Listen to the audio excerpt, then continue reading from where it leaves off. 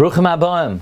Welcome everyone. This time of the year, as we begin to learn Sefer Shemais, is called SHOVAVIM. SHOVAVIM stands for the Parshas that we read this time of the year, Shemais, Va'era, Boi, Beshalach, Yisroi, and Mishpatim. My dear friend Rabbi Avram Kogelman is one of the great forces behind disseminating, promoting the awareness of SHOVAVIM, and he already encouraged me to start speaking about the subject. So I want to share with you the importance of SHOVAVIM specifically for this time of the year, so we have a more profound awareness of the meaning of this man of the year.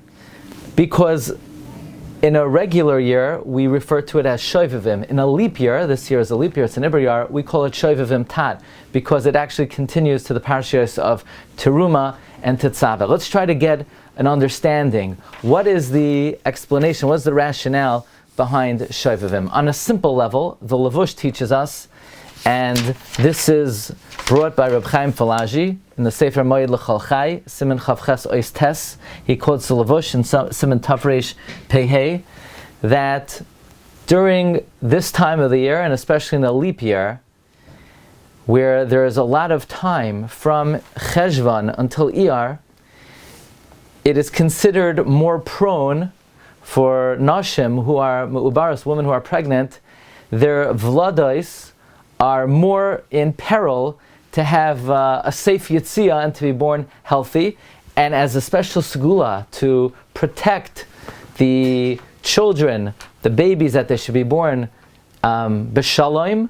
So it was customary to fast this time of the year, Monday and Thursday, during these weeks of SHOVAVIM, and the Levush explains, as brought by Rabbi Chaim Falag'i, that because these parshios speak about the procreation and the pru-revu of Klal Yisrael, like we read beginning in Shemais, we speak about Uvnei Yisrael, Paru, Vayishutsu, Vayirbu, Vayatzmu, V'ma'id Ma'id, Vatimali Arz Oisam. We speak about the explosion of the Jewish people from a family of 70 to 600,000. So this is the time of the year that we read about the pru-revu of Klal Yisrael. Therefore, this time of the year is mesugal to daven and to pray, to fast, that the Jewish babies are born b'shat tova matzachas and healthy.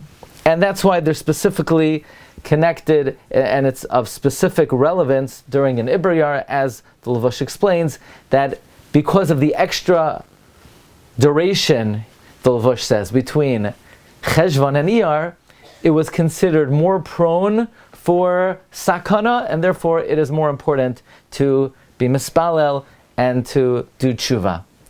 Kabbalistically, it is well known, the Ber Heitev brings in Siman Tafresh Pehei from the Arizal, and the Shar HaTzion also discusses this, that this time of the year is predisposed, is designated to be Mesakein in Yonei Kedusha, to be Mesakein being Moitzi Zara Levatala, and it's specifically during the Parshas of Shemais, Va'era, Boi, B'shach, Yisroi, and Mishpatim, until the Parsha of Kisikne Evet Ivri, because these weeks we read about Klal Yisrael and Mitzrayim, where they received a tikkun for the Haitzah Zar Levatala of Adam Harishon, and this is a Kabbalistic approach to the SHOVAVIM, which is brought by the Ber Heitev and discussed at length in the Berkei Yosef.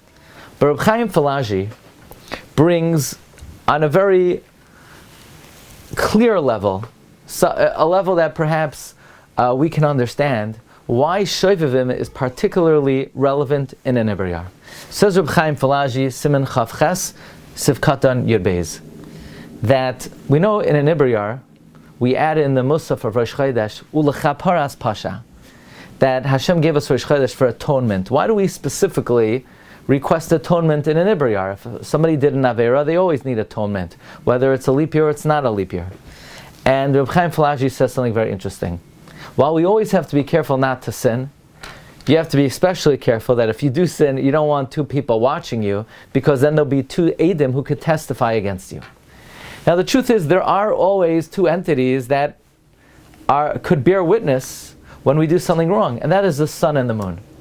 However, says Rabbi Chaim Falag'i, the sun and the moon, they cannot join up in one testimony, And that's because they're each doing their own thing. The sun has its course, it's a 365-day cycle. The moon is 12 cycles of 29 or 30 days. And the two cycles of the sun and the moon are never reconciled, are not typically reconciled. And therefore it's one aid and one aid, and they cannot be mitzaref. However, in an Ibriyar, where we add a month in order to reconcile the solar calendar with the lunar calendar, so in a year with the sun and the moon could join forces, then we have to worry, like Moshe Rabbeinu calls to testimony, Ha'azina hashamayim va'adabera v'sishma aretzim refi, the heaven and earth could bear testimony, the sun and the moon could bear testimony. And at a time like this, in a year like this, we have to be extra careful to try to daven and do tshuva to gain kapara, so that we don't have testifying against us both the sun and the moon. That's the particular relevance of SHOVAVIM in an Ibriyar, which we call SHOVAVIM Tat, adding the weeks of Truma and Tetzaveh.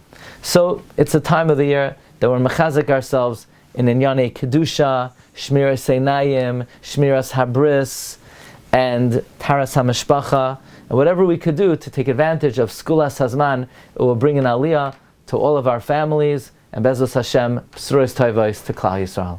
Wishing everyone bracha v'hatzlacha.